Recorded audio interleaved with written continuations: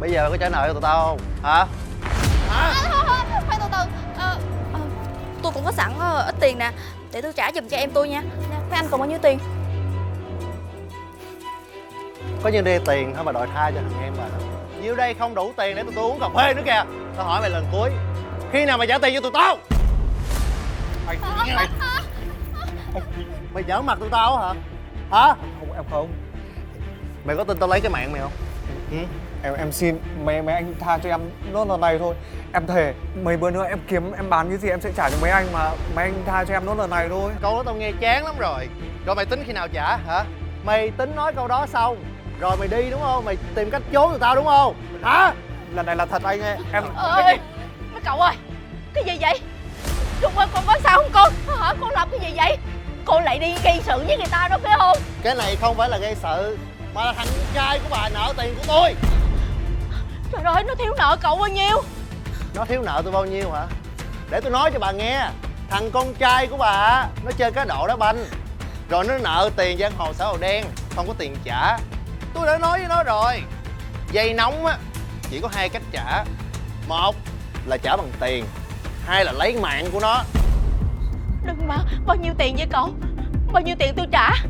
Bao nhiêu tiền hả? Con trai bà nợ tụi tôi 2 tỷ đó. Mà nó trốn tụi tôi. Bây giờ tụi tôi kiếm được nó rồi á thì không bao giờ nó thoát đâu. Mấy cậu ơi, mấy cậu bình tĩnh đi, có cái gì từ từ. Tôi sẽ tìm cách tôi trả mấy cậu mà. Tìm cách là khi nào? Một tuần đi. Một tuần rồi tôi sẽ bán nhà tôi trả mấy cậu. Một tuần lễ hả? Ơi, tôi xin cậu hả? Thôi mà anh ơi, đúng rồi, một tuần đi. Anh đợi một tuần đi. Một tuần nữa cũng đâu có sao đâu. Chứ bây giờ anh mà đánh chết nó thì cũng đâu có tiền trả cho anh liền đâu. Rồi ok, đúng một tuần nữa tôi quay lại đây lấy tiền.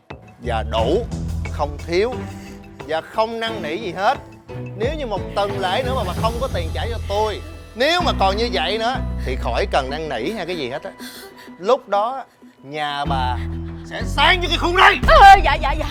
Dạ. Vậy Tôi biết rồi. mày nhớ mặt tao đó. Trời ơi, Trung ơi là Trung. Sao vậy con? Ôi trời ơi. Mẹ uống miếng nước đi cho bình tĩnh lại. Bây giờ không có nước non gì hết. Tâm hồn ở đâu mà tôi ăn uống nữa. Trung à, con làm sao mà để mắc nợ tới 2 tỷ vậy con? bạn con nó rủ góp vốn làm ăn. Con nghĩ đây cũng là cơ hội tốt để con đầu tư, nhưng mà không ngờ hết sạch tiền vậy. Lúc đầu con vay có 600 triệu thôi, về sau lãi nặng quá nên mới thành 2 tỷ như vậy. Tại sao lúc đó con làm ăn mà con không nói cho ba mẹ biết? Bây giờ con vác nguyên cái cục nợ gì đây vậy hả? Thì con làm vậy cũng chỉ muốn kiếm tiền để báo hiếu bố mẹ thôi mà. Số tiền đấy con định sau này con tặng bố mẹ để bố mẹ ăn hưởng tuổi già mà. Con đâu có ngờ như thế này đâu. Trời ơi là trời. Bây giờ á, quà nó rớt xuống đầu mẹ nè. Mày không biết phải làm sao đây. Thôi bây giờ mẹ nói cũng vậy, chuyện lỡ rồi. Bây giờ mẹ đăng tin bán nhà đi, không có 1 tuần sau cũng chả có tiền trả cho chúng nó đâu. Hiền à. Dạ. Hay là con về con đăng bản bán nhà đi con. Bán nhà ai mẹ? Thì bán nhà con đó. Ủa sao kỳ vậy mẹ? Nhưng mà cái nợ này là của Trung gây ra mà, đâu phải là lỗi của con đâu, tại sao lại bán nhà của con? Con nói như vậy sao mà con nói được vậy? Thằng Trung đó là em chồng của con. Bây giờ con thấy giang hồ đòi giết nó, chẳng lẽ giờ con đứng đó con nhìn như vậy hay sao? Chuyện này nếu mà muốn giúp á thì con chỉ có thể bán đồ đạc này nọ rồi phụ thêm 20-30 triệu thôi. Còn bán nhà của con thì không có được đâu. Trời ơi, Khang ơi là Khang, con sống lại nè.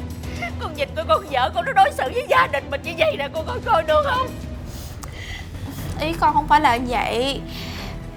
Nhưng mà con còn con của con nữa. Nếu như mà mẹ ép con bán nhà như vậy rồi hai mẹ con biết sống ở đâu? Thì con về nhà mẹ đẻ con ở đi. Chẳng lẽ giờ mẹ ruột con không cho con về? Sao mà mẹ nói những cái lời vô lý như vậy được? Nếu như mẹ không cảm thấy thương con là con dâu của mẹ, ít ra chẳng lẽ mẹ không cảm thấy một chút xíu nào đau lòng cho con của con? Nó là cháu ruột của mẹ mà. Chứ bây giờ con muốn tôi phải sao? Khang ơi, bây giờ con sống lại đi. Con nhìn coi vợ con nó đối xử với gia đình mình như vậy nè. Con không muốn nói với mẹ nữa. Nói chung là cái này không phải lỗi của con không thể nào bán nhà của con được. Chứ bây giờ con nói lỗi của ai? Tất cả là lỗi của thằng Khang. Lúc đó nó làm ăn kinh tế chính trong gia đình, thu nhập nó cao, nó lo cho thằng Trung ăn học.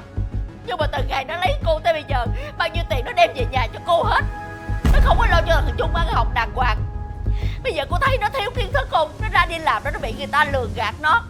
Tôi nói với cô thì cô phủi qua một bên, thì tôi phải lôi thằng con tôi ra tôi nói chứ.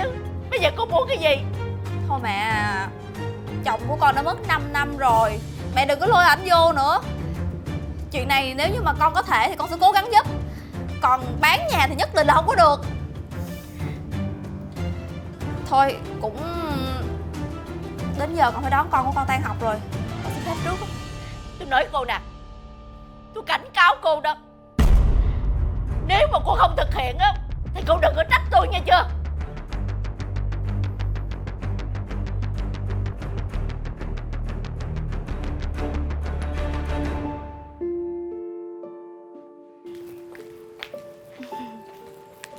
Con sao ngồi đây vậy? Mẹ ơi, bà nội dẫn ai vào nhà nói chuyện lạ lắm. Ai?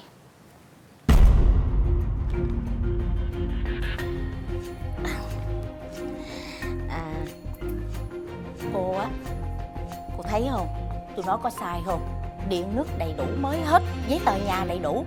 Vậy nè, có máy điều hòa tùm lum hết. Cô nhớ là cô nói với khách khéo khéo á, sao để tôi bán sớm, tôi gửi quê hồng cho cô hậu hĩnh nha không? Dạ, em cảm ơn chị. Em sẽ cố gắng hết sức để sớm giúp cho chị bán được căn nhà này nha. Cảm ơn em nha, mọi sự nhờ em đó nha. Rồi em chào chị. Đi đi em. Mẹ, chuyện này là sao vậy? Sao mẹ lại cho mua giới thiệu xem nhà của con? Chuyện là sao? Hôm qua tôi nhớ cái chuyện bán nhà tôi đã nói với cô rồi mà. Nhưng mà rõ ràng ngày hôm qua con đã nói là con không có đồng ý chuyện đó mà. Đồng ý hay không á, đó là chuyện của cô. Tôi nói cho cô nghe, cái nhà này á, một nửa là của thằng Khang, con trai tôi, chứ đâu phải của riêng cô đâu mà cô có ý kiến. Mẹ à, từ đó đến giờ bao nhiêu lâu nay con có làm gì không phải với mẹ đâu, mà bây giờ mẹ đối xử với mẹ con như vậy. Đối xử cái gì? Tôi chỉ còn có thằng con trai út thôi, thì tôi làm tất cả vì con tôi. Cô là chị dâu nó, mà cô nỡ trên đầu cô nhìn em mình bị như vậy, mà cô đành lòng hay sao vậy? Con không phải là có ý đó, nhưng mà cái nhà này, tôi nói cho cô biết nè, cô đừng có ý kiến gì với tôi hết đó. Khang ơi, con nhìn xuống mà coi nè, con vợ con nó đối xử với gia đình mình như vậy đó. Bây giờ nó chỉ có cái thằng con trai út thôi, mà nó không có cho mẹ lo cho nó. Nó đứng nó nhìn nó dồn gia đình mình đến con đường chết đó mà chịu. thôi được rồi mẹ ơi, nếu mẹ nhất quyết muốn bán nhà như vậy thì con đồng ý cho mẹ bán nhà. Giờ anh Khang chồng con đã mất lâu lắm rồi, mẹ đừng có lôi ảnh vô đây nữa, mẹ để cho anh yên nghỉ đi. Làm gì có một mình cô thương nó vậy? Nếu mà cô nói sớm thì tôi đâu có nỡ nào tôi nói những cái lời xấu với cô như vậy. Cứ nói cho cô biết, tôi cho phép cô chỉ có 5 ngày thôi, cô phải thực hiện cho tôi đó. Giang hồ nó tới lúc vậy thì cô không có yên với tôi đâu.